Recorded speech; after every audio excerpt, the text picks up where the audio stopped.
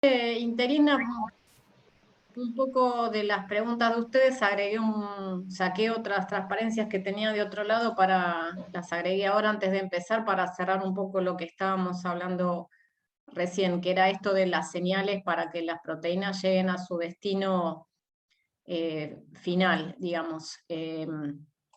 Esto que decíamos antes, esto yo digo siempre que estos gráficos los hicieron, Martín, los que hacen TLC, no los que hacen cromatografía, porque pusieron lo más cercano abajo en vez de ponerlo arriba, como que las cosas van subiendo, uno tendería a escribir las cosas así que van bajando, estos los pusieron al revés, como que el exterior está afuera y acá abajo, el sentido de las correas de electroforesis para nosotros va todo de arriba para abajo, las cromatografías, y los de las TLC las escriben al revés. Entonces, para interpretarlo hay que mirar que las cosas empiezan abajo, no al principio, el camino. A eso me refiero.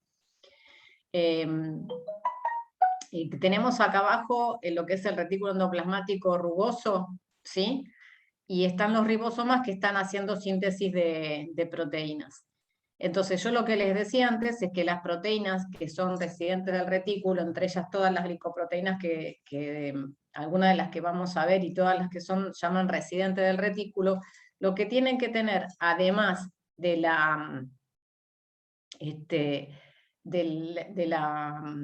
digamos, de ser glicosilados y las actividades que van a resolver en su funcionamiento, tienen que tener alguna señal para hacer de vueltas al lumen del retículo. ¿Y esto cómo ocurre? Las proteínas, normalmente si no tienen señal, acá tenemos dos tipos de proteínas, ¿sí? Las proteínas, estas que son azulitas, son proteínas que no tienen ninguna señal, ven que no tienen nada escrito, y en cambio las proteínas que son verdes tienen un KDEL. El KDEL es la señal de retención, ¿sí?, de proteínas que tienen cuyo destino final el retículo endoplasmático. Entonces, son como informaciones diferentes, tanto las que van a ser residentes de retículo como las que van a seguir se van a glicosilar por el mismo procedimiento. Ahora, ¿cuáles son las que tienen que volver? Al final, justo antes del stop, ¿sí?, las glicoproteínas que antes del stop tienen como este código, que ahora no es un código de azúcar, sino es un código de aminoácidos KDEL, HDEL, son proteínas que cuando llegan a lo que se llama digamos, esto es la parte final que forma parte del retículo endoplasmático, que no sé si ustedes se acuerdan, tiene continuidad con el aparato de Golgi, pero no tiene una continuidad física, sino que si bien tienen una continuidad, digamos, dinámica en cuanto al funcionamiento, es una continuidad que está mediada por transporte de vesículas. Cuando se llega a unos lugares que se llaman ER, Exit Sites, o sea, sitios de salida del IAR, las proteínas todas, al azar, son metidas dentro de vesículas, que es esto que está puesto acá. Proteínas de membrana, proteínas solubles, proteínas que no tienen solubles que no tienen ninguna señal, y son llevadas al cis-Golgi. ¿Sí? ¿Vamos bien hasta acá? ¿Qué es lo que ocurre en el cis-Golgi? Se va a diferenciar, ¿sí? El flujo de proteínas es como de vuelta nos encontramos con otro punto de sorting o de clasificado. Las proteínas como la azul esta que no tiene ni una señal del KDL va a seguir su viaje a otras nuevas vesículas que ahora van a ir del cis-Golgi a las internas medias de Golgi y después van a ir al trans-Golgi.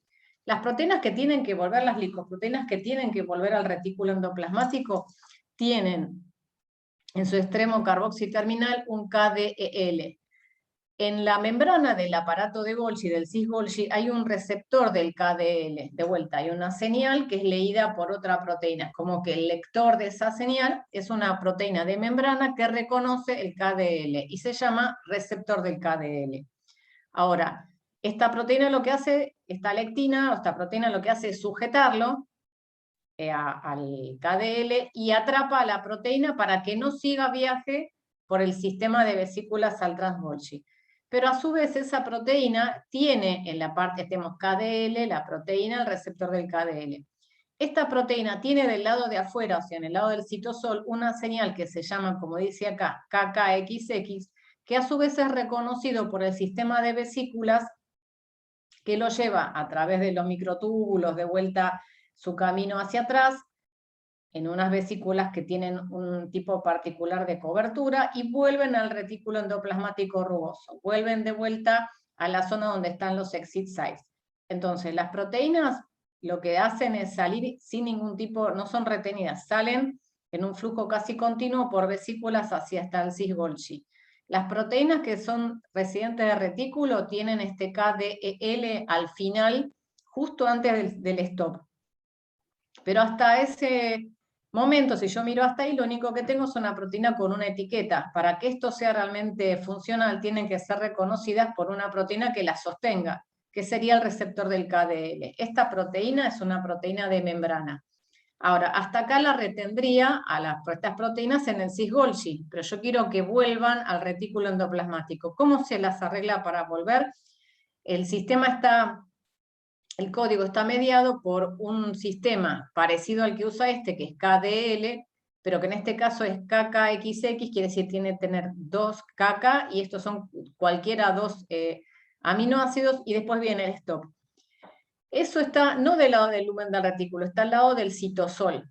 Y después, como dice acá, la vuelta del sistema de las proteínas que tienen KDL al retículo endoplasmático. No quise poner más figuras porque entonces tiene KDL, KKXX, y se empieza a hacer más difícil de interpretar. Pero de este lado, acá afuera, está ese KKXX, que tiene que interaccionar con todo el sistema de vesículas que forman una cubierta, y afuera están los motores moleculares que saben para qué lado tienen que ir. Entonces las proteínas que tienen KKXX entran en unas vesículas que son llevadas de vuelta hacia el retículo endoplasmático rugoso. Entonces, todo el sistema de transporte a través del sistema de vesículas se da de esta manera. Si no tiene señal, las vesículas siguen. Si las vesículas tienen alguna señal, son recuperadas, son señales de recuperación, no de retención.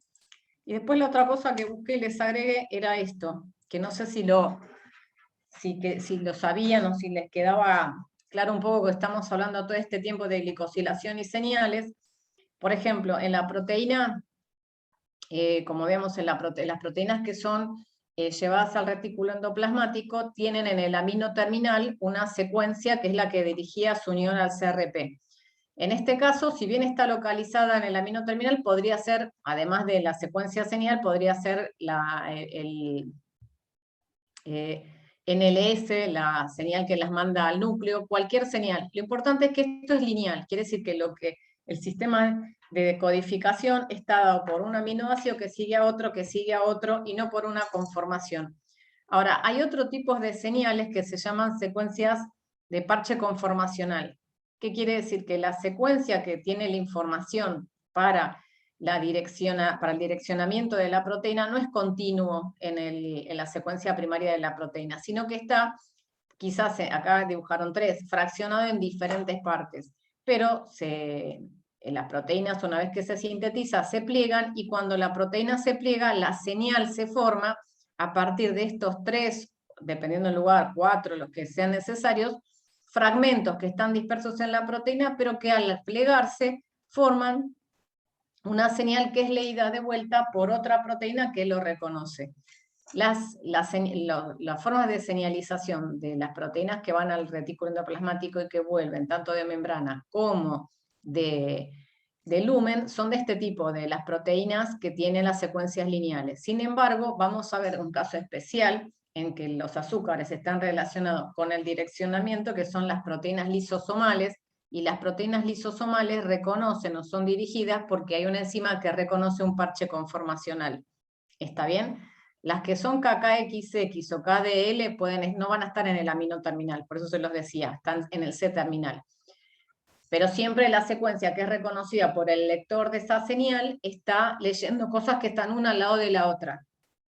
En cambio, en el caso de las enzimas lisosomales, lo que se reconoce es un parche conformacional. O sea, si uno analiza, y fue los primeros intentos de ir analizando todas las secuencias primarias de las proteínas que van a los lisosomas, no encontraban ninguna secuencia que fuera conservada en todas las enzimas. Entonces decían, ¿cómo está codificada la información? Hasta que finalmente se logró, a través de diferentes aproximaciones, pero saber que la señal tenía que ver con la estructura de la proteína. Entonces, esto brevemente porque si no, así podemos verlo, aunque sea ver un poco más en detalle cómo se modifican los azúcares. Esto quizás ustedes se lo acuerdan o tienen un recuerdo un poco vago, pero seguro cuando se los mencione se van a acordar que creo que tengo otra vez acá. La señal para que las proteínas lisosomales lleguen a los lisosomas es el marcador de la manosa 6-fosfato. ¿Se acuerdan de eso? Sí. Entonces, ¿qué es lo que...? Esta es como la bioquímica del proceso. Lo importante es que, como les mostré recién, para que una enzima lisosomal llegue a su destino final, necesita que tenga un azúcar, es una parte de la señal, y la otra es un parche conformacional.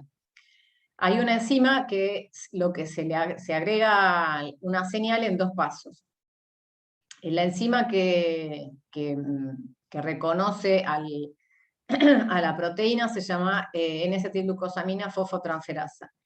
Esa enzima tiene un lugar donde reconoce este famoso parche conformacional. Y a partir, ¿se acuerdan de los nucleótidos azúcares que mencionábamos antes?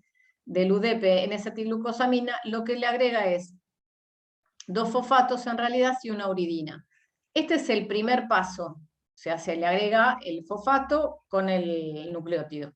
Ahora, la señal que queda formada finalmente no es esta, después viene una enzima catalítica que lo que hace es sacar el UMEP con el primer fosfato, y sí nos queda una manosa a la cual se le agregó un fosfato, o sea, lo tenemos la manosa y tiene un fosfato. Finalmente, lo que me queda no es esta estructura que se logró al principio, sino lo que logró primero es transferirle la manosa fosfato, y después lo que le queda, la N-acetilglucosamina fosfato, perdón, y después lo que queda es un fosfato en la manosa.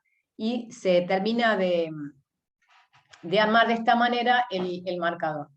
Entonces, lo que nosotros tenemos como marcador ahora es un fosfato que tiene una acetilglucosamina unido a la manosa que fue agregada como primera señal en el retículo endoplasmático.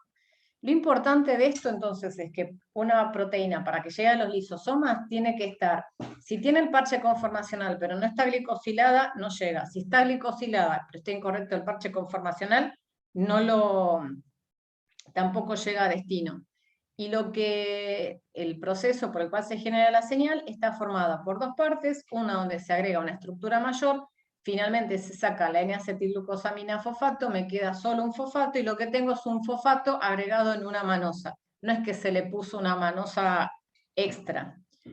Lo interesante de todo esto que es, además de una señal compleja que tiene las dos partes de la señal involucradas, tanto el azúcar como el parche conformacional, es cómo está dirigido. Se los cuento solo para que ustedes hagamos una relación entre la importancia de los azúcares y su direccionamiento a la célula.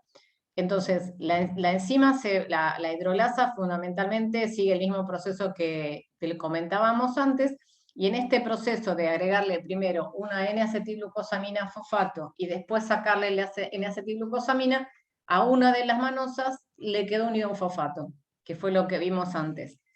Al final, como esta enzima no tiene esta hidrolasa no tiene ninguna señal de retención, como ninguna de las enzimas, y tampoco una de recuperación, lo que va a hacer una vez que sintetiza es entrar al aparato de Golgi, y a través del aparato de Golgi ir caminando de las cisternas macizas hasta las trans. Cuando llega al trans-Golgi hay una proteína que se conoce con el nombre del receptor de la manosa 6-fosfato. Entonces, esta proteína es capaz de reconocer este marcador que está formado sobre... Ya ahora el parche conformacional no tiene nada que ver, porque eso se usó para que se modificara. Ahora lo que lo dirige a su destino final es la manosa 6-fosfato. O sea, si bien intervino el parche para que fuera una señal, la etiqueta que lo dirige es esta manosa 6-fosfato. Esta manosa 6-fosfato encuentra su receptor, y de vuelta, esa unión está mediada a su vez por una señal dentro del citosol ahora, que tiene que ver con todo el transporte vesicular, y lo que hace es dirigirla al sistema de endosomas.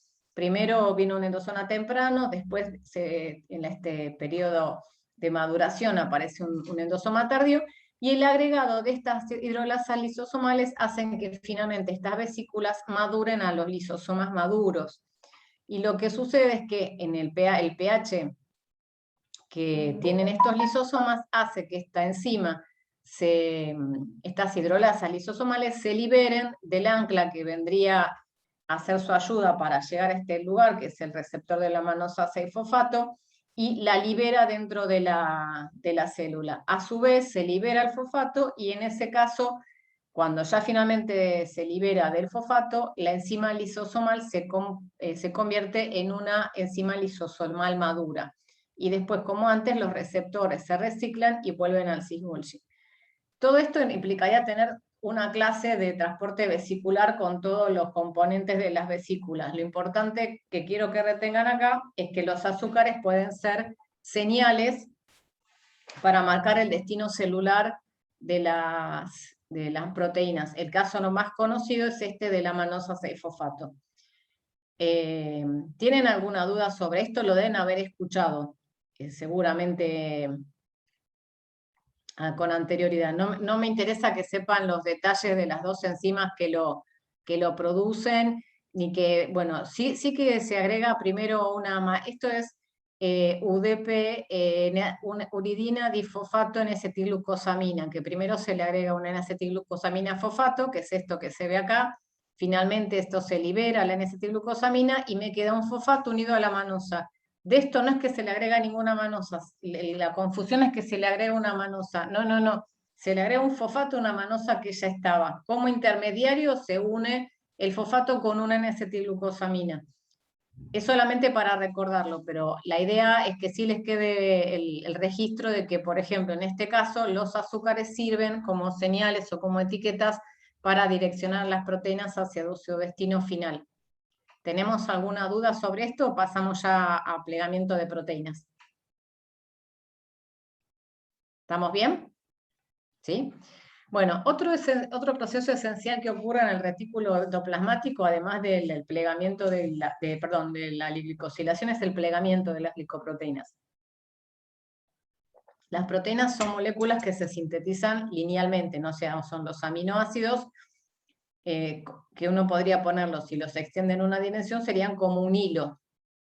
Pero la actividad o la función que desarrollan está relacionado con la estructura en 3 dimensiones que finalmente adquiere ese hilo como formando una madeja. Entonces, este es el dibujito que está acá arriba. Esto es una cosa romántica que se suele poner al principio para explicar plegamiento de proteínas, ¿no? Que todo es como un hilo sencillo, que no tiene mucho, parece que no fuera mucha información, y que la información está dada no en esos hilos, que parecerían ser carentes de alguna complejidad determinada para pasar ninguna información, y esa información sí está expresada en la complejidad de la estructura terciaria. ¿Cómo facilitan los oligosacáridos el plegamiento de las proteínas? ¿Se acuerdan que cuando empezamos a ver cómo se internalizaban las proteínas al lumen del retículo, decíamos que lo primero que ocurría era que las proteínas se empezaban a tapizar con chaperonas que reconocían secuencias hidrofóbicas? Y eso era porque las proteínas, si no sucedía este proceso, tendían a formar agregados insolubles. Entonces, el agregado de azúcares lo que hace, como tiene carga, también hace más solubles los internes de plegamiento, porque impediría que si hay una zona hidrofóbica cercana, se pegara a otra zona hidrofóbica, porque la cercanía del oligosacárido, y acá le puse un dibujito de una micela que tiene agua para afuera. Y la parte más importante, o la parte más relacionada con lo que nosotros vamos a ver, es permitir la interacción con lectinas chaperonas que se encuentran en el retículo endoplasmático. Las moléculas que asisten al plegamiento se llaman chaperonas. Esto como junto a un montón de conceptos. Las chaperonas son proteínas que asisten al plegamiento, pero no pliegan a las proteínas, las asisten, o sea, las ayudan evitando lo que nosotros decimos interacciones improductivas, pero no es que es una actividad catalítica que une el dolicol pirofosfato oligosacárido con el péptido naciente. ¿Con cuáles cuáles serían las primeras o las más relevantes a este proceso con las que interaccionan los oligosacáridos o los glicanos unidos a las proteínas, con dos lectinas que se llaman calnexina y calreticulina. Esta lectina, ¿se acuerdan que les decía que tenían la capacidad de una afinidad muy alta por su sustrato y son capaces de reconocer mínimas diferencias? Esto es lo que son capaces de reconocer, son oligosacáridos monoglucosilados, o sea, reconocen la manosa 9 con una glucosa. La manosa 9 no la reconoce. Manosa 9 con 2 glucosas tampoco la reconocen. Son altamente específicos. Y estas son lectinas. ¿Se acuerdan que decíamos que había señales en el lenguaje y que había lectores? Los lectores eran las lectinas. Entonces estas lectinas se van a reconocer exclusivamente las glicoproteínas que tengan manosa 9, no manosa, perdón, van a ser capaces de reconocer, en este caso en particular, van a reconocer manosa 9, glucosa 1. Hay otras lectinas que reconocen solo manosa 9, otros reconocen manosa 8, otro manosa 8 con una N-acetilglucosamina. Cada lectina tiene su especificidad. En particular en esta reconocen la estructura de manosa 9, glucosa 1. Entonces, pensando un poco, están las lectinas en el retículo endoplasmático, pensando un poco en lo que vimos hasta ahora. ¿En qué proceso se generan oligosacáridos monoglucosilados? Tenemos dos momentos en los que la célula produce oligosacáridos monoglucosilados, o sea, manosa 9, glucosa 1. Uno es a partir del oligosacárido transferido después de su procesamiento. Y después se vio que existía otro fenómeno que se llamaba reglucosilación transitoria. Eso quiere decir que azúcares que eran manosa 9 se transformaban en manosa 9 glucosa 1 y esos mismos azúcares se transformaban después, esos glicanos, en manosa 9. Y parecía difícil pensar que se produjera esa modificación y que no tuviese ningún sentido fisiológico. Pero al principio no se podía interpretar por qué estaba ese proceso en que se agregaba y se sacaba el azúcar. ¿Para qué serviría? Les estoy haciendo un poco la historia corta porque entrar en los detalles que las evidencias que llevaron estos estudios en el laboratorio donde yo trabajaba, hasta que me vine a la facultad a trabajar como en mi propio laboratorio, y fueron muchos años de trabajar hasta que después de muchas evidencias se logró enganchar para qué funcionaba. Entonces, yo les conté que las glicoproteínas se formaban porque se les transfería directamente un oligosacárido en bloque que tenía esta estructura de N-acetilglucosamina 2, manosa 9, glucosa 3. Inmediatamente que se transfiere a la proteína, funcionan dos enzimas que se llaman glucosidasa 1 y glucosidasa 2. La glucosidasa 1 saca la glucosa más externa y la glucosidasa 2 se encarga de sacar la del medio y la más interna. Entre la glucosidasa 1 y la glucosidasa 2, el efecto de estas dos enzimas produce que en las glicoproteínas los azúcares tengan una estructura de manosa 9. Como intermediario, en algún momento se va a formar esta estructura manosa 9, glucosa 1. ¿Sí? Esa es la siguiente. Y la reglucosilación transitoria es una reacción que se lleva a cabo por una enzima que se llama glucosiltransferasa. En realidad se llama UDP-glucosa, glicoproteína, glucosiltransferasa, pero para hacerlo más fácil se la suele llamar o glucosiltransferasa o UGGT. Esta enzima es una enzima soluble de retículo que solamente reglucosila a proteínas que aún no han alcanzado su estructura terciaria o su estructura nativa. Estructura tridimensional funcional final sería. Esta proteína es una proteína, hagamos este ejercicio, es soluble de retículo. Esta proteína es una de las que tiene el KDL al final, que se escapa al cis-Golgi y que vuelve por el sistema del KDL y el KKXX de vuelta al retículo endoplasmático. Y lo que nosotros decimos es el elemento central de este mecanismo que les voy a contar ahora. Esta proteína es capaz de discriminar entre una proteína que está plegada o que ha adquirido su conformación tridimensional funcional de aquellas de que aún no lo han logrado. Y por eso se dice que esta proteína es una proteína que es un sensor del estado de plegamiento. Es capaz de decir, está plegada, no está plegada, y reacciona al sistema de acuerdo a esa decisión que toma esta enzima. ¿Qué es lo que reconoce?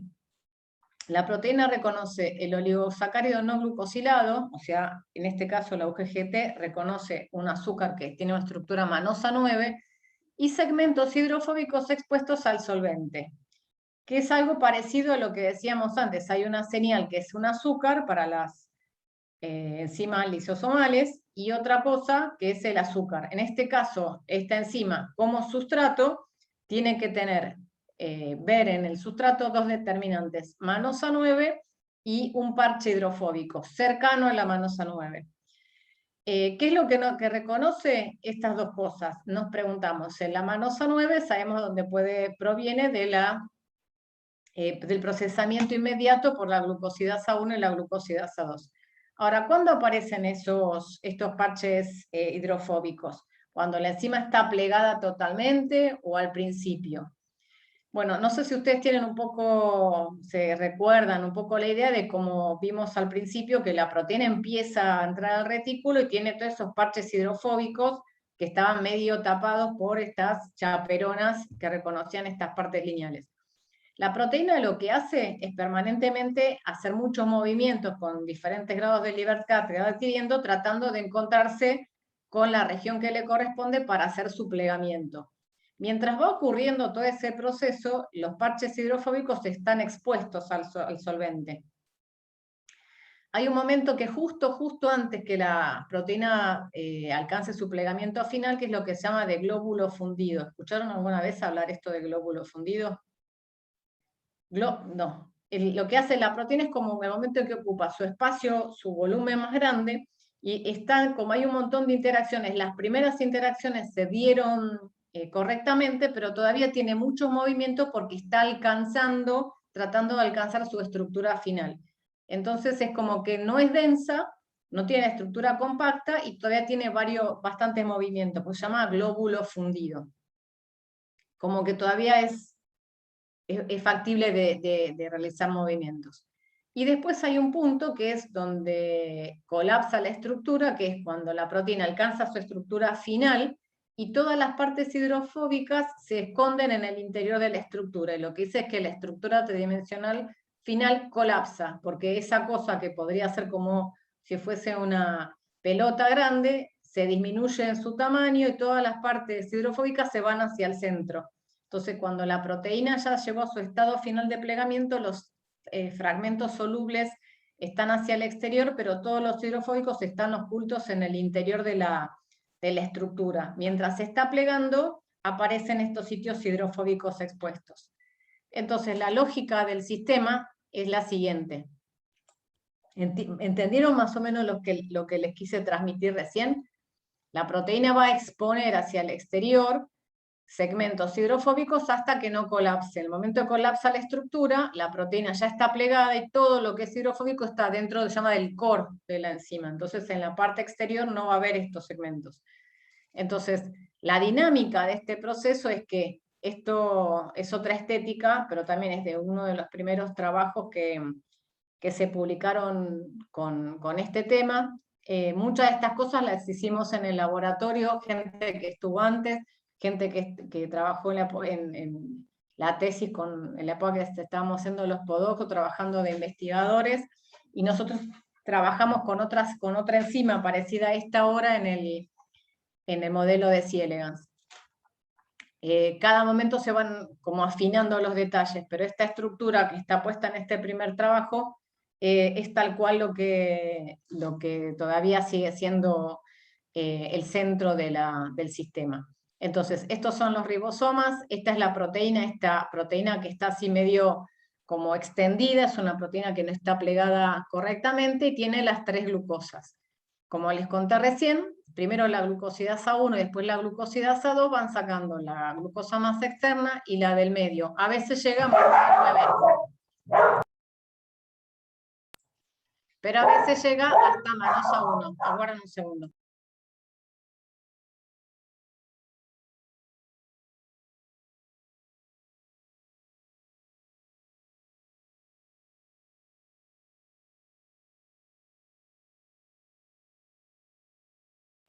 Hay una sirena y entonces ladran, perdonen. Entonces, la glucosidasa 1 y la glucosidasa 2 lo que hacen es ir sacando estas glucosas que están en esta parte exterior.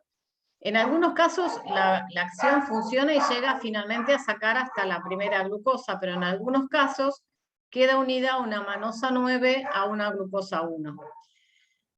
Calnexina y calreticulina, que eran las enzimas, las chaperonas que les mostré recién, son capaces de reconocer estructura de manosa 9 glucosa 1. Vieron que se dice las proteínas no salen del retículo endoplasmático hasta que están totalmente plegadas. Lo que esto es cierto es que no salen porque están físicamente unidas, están sostenidas por estas lectinas, o sea, la proteína que aún no está plegada, que tiene todo este dibujito que está extendido, tiene unido manosa 9 glucosa 1 y calnexina y calreticulina, la sostienen físicamente, es como si la sostuvieran del brazo y no la dejan salir. Esta proteína tiene presentes los dos determinantes que nosotros queríamos. ¿Se acuerdan que decíamos la proteína para la UDP glucosa, glicoproteína glucosiltransferasa o la UGGT? Lo que reconocí era un parche hidrofóbico y esta estructura. Entonces, esta proteína es sustrato de la UGGT. Entonces, si yo tengo, en este caso, una proteína, puede entrar directamente de este camino, ¿sí? Unirse acá, o una proteína que ya la glucosidasa 2 le sacó la última glucosa, puede ser sustrato de la GT, ¿y qué es lo que va a hacer? Le va a agregar en este caso una glucosa a partir del UDP glucosa y la transforma en esta misma estructura, una proteína que está mal plegada y que tiene una estructura de manosa 9 glucosa 1. Esto lo que uno supone, lo que los investigadores proponen es que el unirse a esta lectina lo que hace es de disminuir los grados de libertad que tiene la proteína para moverse. Es como si uno tiene a alguien que se mueve mucho y solo con agarrarlo del brazo ya le limita su movimiento. Entonces la cantidad de movimientos posibles o grados de libertad para moverse de las proteínas disminuyen cuando están unidas o fijas a alguna de estas lectinas. Entonces es como que al sostenerla le diera una chance para que se plegara. El resultado de esta unión y de este intento de plegamiento puede ser o que la proteína no se haya plegado o que sí. La glucosidasa 2, que es la misma enzima que sacaba este azúcar acá, puede participar en este momento y liberar del ancla, o sea, así como corta acá la glucosa, la puede cortar en esta situación. Entonces corta acá y lo que hace es liberar a la proteína. La proteína en este caso no logró plegarse bien, entonces vuelve a ser sustrato de la UPGT, vuelve a agregarle una glucosa y la vuelve a unir al ancla. Ahora, puede pasar que en uno de estos intentos, en los cuales la proteína se une a calnexina, calreticulina, la proteína adquiera esta estructura, que es la estructura de proteína plegada. Sigue estando unida a la calnexina hasta que aparece la glucosidasa 2, que lo que hace es separarla del ancla cortando la unión de la glucosa a la proteína. La suelta. La UGGT la ve y ahora encuentra una estructura de manosa 9, pero ya no encuentra el parche hidrofóbico. ¿Por qué? Porque el parche hidrofóbico, como les conté, colapsó y está en el interior de la proteína. Entonces la glucosidasa 2 la libera, la suelta. Viene la GT, dice, esta proteína tiene M9, pero no tiene el parche hidrofóbico. Entonces esta proteína ya no es más sustrato de la UGGT y lo que ocurre es que esa proteína ahora ya no vuelve a estar fija al ancla de calnexina, calreticulina, y por lo tanto puede seguir su camino a través de la vía secretoria, en principio al aparato de Golgi. ¿Tienen alguna duda hasta acá de este proceso? ¿Quieren que repita algo?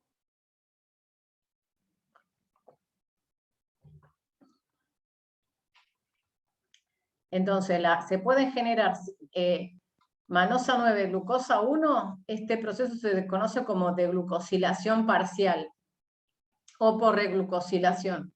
La deglucosilación parcial la lleva a cabo la glucosidasa 2. y la reglucosilación transitoria es llevada a cabo por la GT. La GT, como decíamos, es el sensor, es el elemento central de este proceso porque es capaz de discriminar entre esta estructura y esta estructura. Mientras conserve una parte desplegada, la va a volver a glucosilar hasta que la proteína se pliegue. Como vamos a ver, existe sistema de ver cuántas veces dejo que este ciclo ocurra, porque si no las proteínas estarían indefinidamente y a veces hay interacciones en las que la proteína se plegó mal y no hay forma de volver atrás el proceso. Entonces, ¿qué pasa cuando las proteínas no se pueden plegar bien? Como les puse acá, cada proteína tiene una estructura tridimensional propia y únicamente las proteínas que se han plegado correctamente tienen sus propiedades biológicas que las hacen útiles. Una proteína que adquirió su estructura tridimensional incorrecta ya no puede cumplir con su función y debe ser eliminada. Acá, por ejemplo, les puse un ejemplo bastante más raro de los que uno suele escuchar, que es la glicosilación anómala del receptor AMPA, tiene una participación en el desarrollo de la esquizofrenia. A veces uno piensa en casos más llamativos como cuando hay depósitos de proteínas, cuando hacemos procesos de neurodegeneración, que se ven acumulación de proteínas mal plegadas, y eso sería como una acumulación muy grande. Esto ni siquiera es eso, esto se glicosila, pero se glicosila mal. O sea, no se lleva a cabo correctamente la glicosilación, ni siquiera tiene que haber depósitos. Entonces, esto es como a modo de meter todo lo que estuvimos viendo en la misma transparencia. Esta es la primera parte, se ubican acá el famoso dolicol pirofosfato. Hoy van a cerrar los ojos así, van a ver redondelito verde, cuadradito azul, triangulito rojo. El dolicol pirofosfato oligosacárido, venía la oligosacaril transferasa, le transfería el azúcar al péptido naciente que estaba pasando por el traslocón. Las X61 son las proteínas que forman el traslocón. Hasta acá, oligosacaril transferasa, fue toda la primera parte. Cuando el azúcar se transfería, ¿qué venía? La glucosidasa 2 y sacaba 1, en la más externa la glucosidasa 1 y la del medio, acá muestran como que procede hasta del medio y genera manosa 9 glucosa 1. Calnexina, si bien la dibujaron acá lejos, en realidad está el traslocón, la oligosacaril transferasa que no la dibujaron, calnexina, está todo pegado, está todo cerca una cosa de la otra. Por eso es lo que les decía antes, que no se creía que estuviese todo armado, sino que una vez que se inicia el proceso es como la estructura se va armando de acuerdo a los requerimientos, una superestructura, el traslocón, la oligosacaril transferasa, calnexina. Entonces, una vez que esta estructura aparece, la proteína que ven que está como en una espiral, está mal plegada, se une a calnexina. ERP57, que está unida acá, es una proteína disulfurisomerasa, que también es una chaperona, pero lo que ayuda a resolver esta chaperona no tiene que ver con los azúcares, sino con los puentes disulfuros. Esta proteína rompe los puentes disulfuros y le da la alternativa de volverse a formar correctamente. Entonces, esto es como vimos antes. La proteína intenta plegarse, está unida a calnexina. Si la proteína está bien plegada, la glucosidasa 2 la liberaba del ancla, la proteína sigue viaje. La proteína está mal plegada, viene glucosidasa 2, la libera del ancla, pero sigue estando mal plegada. Entonces, ¿quién la agarra? La UGGT. La UGGT le vuelve a poner una glucosa a partir del UDP glucosa, la vuelve a mandar para acá. Entonces, la proteína entra en este ciclo de entrar a unirse a calnexina, despegarse de calnexina. Si la calnexina, cuando se separó de calnexina, está bien, la proteína sigue viaje, se incorporaría a este camino. Ahora, este viaje de ir y volver de esta unión no sigue permanentemente. Y lo que ocurre es que en el retículo hay otra enzima que se llama manosidasa, que lo que hace es una enzima que es muy lenta, no es una enzima muy activa. Entonces lo que hace es sacar la manosa y transformarlo en vez de manosa 9 en manosa 8 o manosa 7. Cuando esta estructura ya tiene manosa 8, manosa 7, la UGGT no la reconoce. Entonces, esta enzima que ahora tiene, en vez de manosa 9, manosa 8, manosa 7, ya no puede volver al ciclo. ¿Y por qué se relaciona con que esta proteína reconozca que esa proteína no se va a plegar más? Porque la probabilidad que la manosidasa la encuentre es muy baja, y si es muy baja y la encuentra es que quiere decir que estuvo mucho tiempo en el retículo. Dicen que la manosidasa tendría casi una función de reloj, porque es como que cuenta cuánto tiempo va a estar, y no es que cuenta, alguna de las que justo se sintetizó la va quizás a degradar la manosidasa, pero lo más probable es que degrade esas enzimas que tuvieron muchas chances de encontrarse con la manosidasa. Entonces, la manosidasa funcionaría sacándole las manosas a las que están hace mucho tiempo en el retículo, y eso se leería como es una proteína que hace mucho tiempo que se quiere plegar y no lo logra, como que va a ser una interacción improductiva, esa proteína nunca va a volver a tomar la estructura que tiene.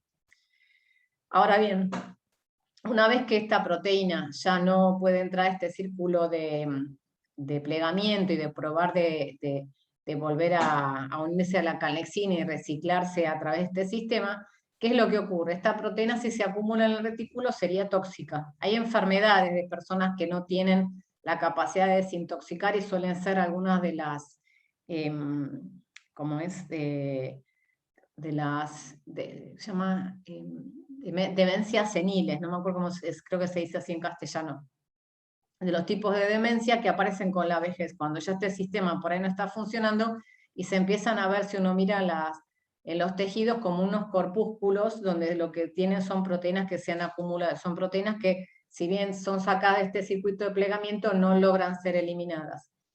Otro, como lo de la fripasa, otro punto interesante es que lo que se sabe es que estas proteínas que son degradadas finalmente en el proteasoma, que como sabemos está en el citosol, para degradarse en el proteasoma necesitan que se le saque el azúcar. Y la encargada de sacarle el azúcar se llama N-glicanasa, y la N-glicanasa vive en el citosol. O sea que todavía no sabemos muy bien cómo hace para salir por un poro o por un canal la proteína, con lo grande que son las proteínas, con el azúcar que es muy cargado, pero de alguna manera esas proteínas son dirigidas al citosol. Y sabemos que el azúcar no se saca en el retículo porque la enzima que lo procesa está en el citosol. Así que otro gran signo de interrogación de cómo ocurre este proceso. La N-glicanasa le saca el azúcar y después la proteína se degrada en el proteasoma. Esto es lo que se llama como ERAD, que es ER Associated Degradation, la degradación asociada al retículo endoplasmático. Esto del proteasoma es la principal vía de degradación, pero se supone que debe haber algún otro camino por el cual las proteínas se degradan, porque, por ejemplo, usando inhibidores de proteasoma, igual se ve que alguna parte de las proteínas son degradadas. Entonces, debería haber algún otro sistema de degradación que no sabemos si son los lisosomas. En las levaduras pensábamos que era la vacuola. ¿Está bien? Entonces, esta primera parte fue lo primero que vimos en la clase pasada y el principio de la clase. Esta parte es la parte que se relaciona con el procesamiento, y esto es lo que vimos del plegamiento. Si el plegamiento falla, las proteínas salen al citosol y son degradadas. ¿Vamos bien hasta acá? Muy bien. Esto es la vía secretoria a una vista general. Es de vuelta lo mismo. Habría que, para nosotros, tendríamos que dibujar al revés. Acá la pusieron desde abajo. Esto es el camino que hicimos. Esta es la primera parte, como vimos del KKXX, KDL. Las proteínas, una vez que están bien plegadas y que ya pueden salir del retículo, las que vuelven, vuelven, y las que no van a seguir su camino a través del retículo endoplasmático en la parte del exit site, esto es el aparato de Golgi, y tenemos algunas pocas proteínas que son residentes del aparato de Golgi. Muchas de las enzimas que modifican los azúcares son proteínas de membrana del aparato de Golgi. Algunas proteínas no son residentes, siguen su viaje, van a ir al trans-Golgi, y ahí hay un sistema de selección donde los destinos posibles son los lisosomas, que ese sistema lo vimos, y después tenemos los que no tienen señales, que llaman vesículas constitutivas, por ejemplo, las que hacen la matriz extracelular. En los fibroblastos está constantemente secretando proteínas, y por ejemplo, este caso de la regulación, la secreción regulada, son por ejemplo el caso de los neurotransmisores, que las vesículas están preparadas, pero necesitan una señal para que vuelquen su contenido hacia el exterior. Los oligosacáridos, como nosotros vimos en el retículo endoplasmático, van a variar también su estructura dependiendo de los organismos. Puede ser que algunos queden en manosa 8, otros queden en manosa 7, eso depende si son levaduras, si son mamíferos, si son otro tipo de vertebrados o de organismos diferentes. En esta parte es donde se muestra la variedad. Los azúcares hasta el retículo endoplasmático están relacionados con el plegamiento, o sea, el agregado de N azúcares está asociado al plegamiento. Todo lo que ocurre de acá ahora en adelante está relacionado o con la función o, como vimos que en el caso de las enzimas lisosomales, con no solo con la función, sino con el direccionamiento. Esto es un ejemplo de lo que suele ocurrir. Acá tenemos 1, 2, 3, 4, 5, 6, 7, 8 manosas, como lo que vimos antes. A medida que van por el aparato de Golgi se pueden sacar más manosas, se le pueden agregar azúcares, por ejemplo acá tenemos el código de azúcares, por ejemplo acá se le agrega una acetilglucosamina, en la N-acetilglucosamina se le puede agregar una fucosa, se le pueden agregar más N-acetilglucosaminas, ácido ciálico. Acá se genera la variedad de azúcares que ustedes pueden encontrar. A medida entonces que las glicoproteínas van atravesando los compartimientos, algunos son removidos, otros agregados. Esto se llama proceso de remodelación, o algunos le dicen de decoración, que lo que hace es dar origen a la diversidad de estructuras que tienen. Y cada esta estructura tiene que ver con la función que tiene que cumplir en su destino final. Esto es un poco de cosas para que les resulten útil, porque a veces cuando se leen en los trabajos es difícil identificar a qué se refiere con estas palabras.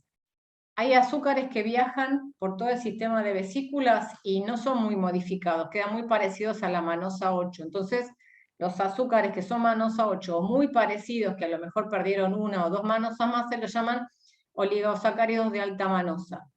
Otros azúcares, estos son ejemplos, ¿no? Se procesan. Una de las ramas quedan como manosas y otras se procesan como vimos antes, se le agregan acetilglucosamina, galactosa, ácido ciálico en algunos casos, galactosas. Todas estas modificaciones se dan sobre una de las ramas. Entonces, como tiene una parte de alta manosa y una parte modificada, se los llaman oligosacáridos híbridos. Y cuando ya el grado de modificación hizo que ninguna de las estructuras de las ramas, como les decimos nosotros a los azúcares, sean de alta manosa, se los llaman oligosacáridos complejos. Acá hay dibujitos de diferentes, estos, no me acuerdo exactamente qué organismos son, pero todas estas estructuras son estructuras, miren este azúcar, lo complicado que es, no solo la estructura final, sino la cantidad de enzimas que están involucradas para hacer este diseño, ¿no? La síntesis de los azúcares para cada uno de los oligosacáridos, cada una de estas enzimas es si es beta, si es alfa no 3, son todas enzimas diferentes. Y esto se lo puse para recordar esto de letras y palabras, ¿no? Que cada una de estas es una letra, y esto que uno ve como complejo son las diferentes palabras. Bueno, estos son ejemplos de plantas y de invertebrados, estos son los más conocidos que son los mamíferos. Bueno, yo creo que esto ya lo repasamos, y una sola cosa, ¿tenemos un minuto más? ¿Aguantan 5 minutos más? Tenemos como 15 minutos, pero se los cuento rápidamente. La respuesta a proteínas mal plegadas o UPR es un conjunto de caminos de señalización que se llevan a cabo en el retículo endoplasmático cuando se acumulan una cantidad de proteínas, y esa cantidad de proteínas mal plegadas no pueden ser manejadas con los sistemas habituales.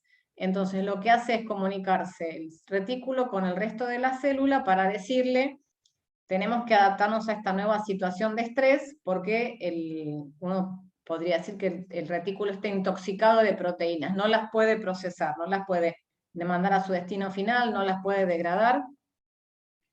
Entonces, ¿cuáles son las principales acciones para corregir esta sobrecarga de retículo, de proteínas en el retículo? Por un lado, expandir el retículo endoplasmático, o sea, hacer más lípidos para hacer más retículo. Después, aumentar la expresión de las proteínas que estén involucradas en el plegamiento o en la degradación.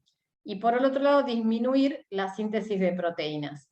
Eso lo que lleva es a la homeostasis, tratar de llegar a la homeostasis, volver al equilibrio de la célula con la ayuda de todas estas cosas que dijimos recién, de síntesis de lípidos, de síntesis de chaperonas, de bajar la producción de proteínas, y si no lo puede, lo que la célula tiene, que ahora les voy a mostrar una foto, es como un sistema de sensado.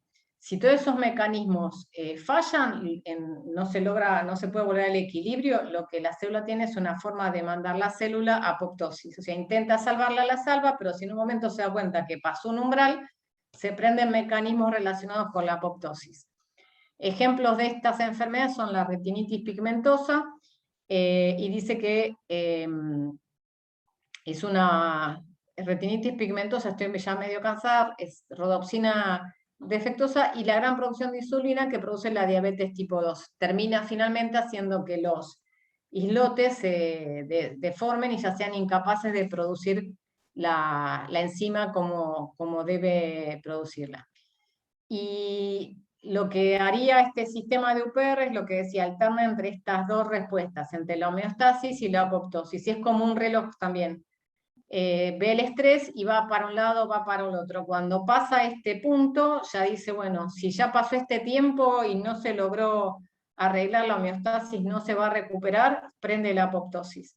Y hay 3 vías, esto se los cuento rapidito, pero hay 3 vías, esos eran los caminos de señalización. Uno está mediado por la vía del ATF6, por un factor de transcripción, y otra vía digamos, que tienen parte en común, que es PERK y IRE1. Unas tienen, digamos, la TF6, aumentar la capacidad que tiene la célula para plegar las proteínas y para volver a la homeostasis, incrementando los mecanismos que naturalmente funcionan. Y estas 2 vías lo que hacen es bajar la transcripción general, la traducción general de los mensajeros, y también disminuir de alguna manera la cantidad de proteínas que tiene que plegar. O sea, tiene que ver con los mecanismos de degradación. Y por otro lado, bajar el nivel general de proteínas. Bueno, vamos directamente a este que es el dibujito. Esto es más o menos lo mismo que les dije antes. Cada rama está definida por un componente transmembrana, que es el sensa, que sensa la acumulación, y termina todo en un factor de transcripción que activa lo que nosotros queremos ver. Y esto es muy sencillo, también esto es más que nada para que vean la variedad de respuestas. ATF6 es una proteína que está en el retículo endoplasmático, es una proteína que es transmembrana. Cuando se acumulan proteínas en el retículo endoplasmático, esta proteína viaja al aparato de Golgi. Y la proteína esta tiene 2 sitios que son sensibles a proteasas. Cuando la proteína está acá, las proteasas están en el Golgi, o sea que no se pueden cortar. Solo cuando el estrés hace que la proteína viaje acá, lo que hace es encontrarse en un medio que va a encontrar las proteasas adecuadas. Lo importante es que en 2 pasos de proteólisis, el dominio que está en el citosol, el dominio citosólico de esta proteína transmembrana, se libera y es un factor de transcripción llamado TF6. Esta es el descubrimiento de la primera proteína que se sintetiza en el retículo endoplasmático que cumple una función en el núcleo. Fue un golazo cuando se la encontró, porque es como conectar el retículo endoplasmático con la transcripción, con el núcleo. Y lo que hace es aumentar todo, como les decía, tiene exclusivamente, aumenta las chaperonas, todo lo que los factores de transcripción, todas las enzimas que tienen que ver con la degradación, todo lo que tiene que ver para detoxificar. Va en ese sentido. Después, PERK es una quinasa que está en el retículo endoplasmático, y esta quinasa lo que hace es dimerizarse cuando hay proteínas mal plegadas, se autofosforila, y fosforila el factor de iniciación de la traducción. Eso hace que al estar fosforilado, el sistema de traducción de proteínas se frena, porque no se puede armar el complejo de iniciación. Ahora, lo que se sabe es que hay proteínas de estrés que específicamente se traducen en estas condiciones, o sea, el fosforilar el IF2 hace que el grueso de las proteínas de la célula no se traduzcan, pero aquellas que tienen que ser traducidas tienen un extremo 3' en el cual bypassea esta necesidad de este factor de transcripción, o sea, transcriben y se traducen solamente pues se transcriben todas, se traducen solamente las proteínas que tienen que ver con el estrés. Esta parte es más complicada y se relaciona con esto, pero no vale la pena. Lo interesante es esto, que lo que hace es bloquear o bajar la traducción general de las proteínas y deja que se traduzcan las proteínas que funcionan en el estrés. Y IRE1 es una quinasa parecida a PERK, que se dimeriza, esta quinasa se autofosforila, y lo que hace, particularmente lo más interesante de este proceso, es que estamos ya en el citosol. En el citosol hay un mensajero que está todo el tiempo sintetizado y que tiene un intrón. Cuando esta proteína se dimeriza, además de autofosforilarse, adquiere una función de RNasa. Entonces, una vez que se fosforila, y se fosforila porque hay muchas proteínas, esta proteína ya fosforilada que tiene esta actividad, lo que hace es sacar, que sería como hacerle el splicing a este mensajero que está en el citosol, le saca es un intrón muy chiquito, y lo que hace es, estos dos exones se ligan y se traduce una proteína que es un factor de transcripción, que también lo que hace es parecido a lo que pasa con el ATF6. Este factor aumenta la expresión de la UGGT, de la calnexina, calreticulina, todas las enzimas que tienen que ver con el plegamiento. Y también las que tienen que ver con la degradación. Ven que dice chaperonas, que tienen las proteínas involucradas en la síntesis de lípido, que es esto de extender el retículo endoplasmático, y las CERAD son las proteínas que les conté que están involucradas en la degradación. Todas las proteínas que tienen que funcionar cuando las proteínas que ya se acumulan no van a ser nunca más plegadas, y que tenían que ser la glicanasa, la que saca la enzima del retículo, las que tienen que ver con los proteasomas. Entonces, todos estos mecanismos que yo les conté, la parte de estos mecanismos, son los que tienen que ver con el llegar a la homeostasis. Si todo esto no funciona, empiezan a aprenderse que son esta parte que está más abajo, lo que tiene que ver con las proteínas que están involucradas en la apoptosis. Primero se prende todo este sistema. Si este sistema funciona, está perfecto, pero si este sistema ya no funciona, y es lo mismo que les conté acá, se los dejé escrito un poco más en detalle. Yo creo que con esto podemos terminar.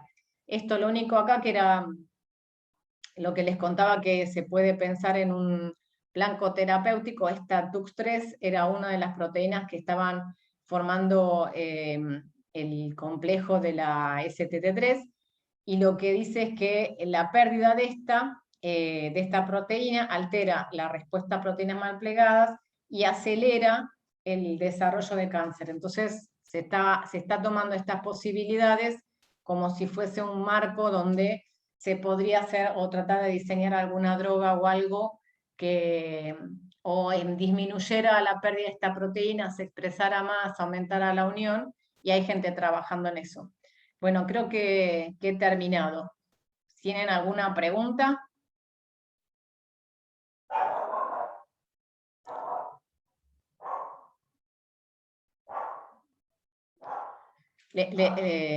Yo después le voy a pasar a Martín el PDF con la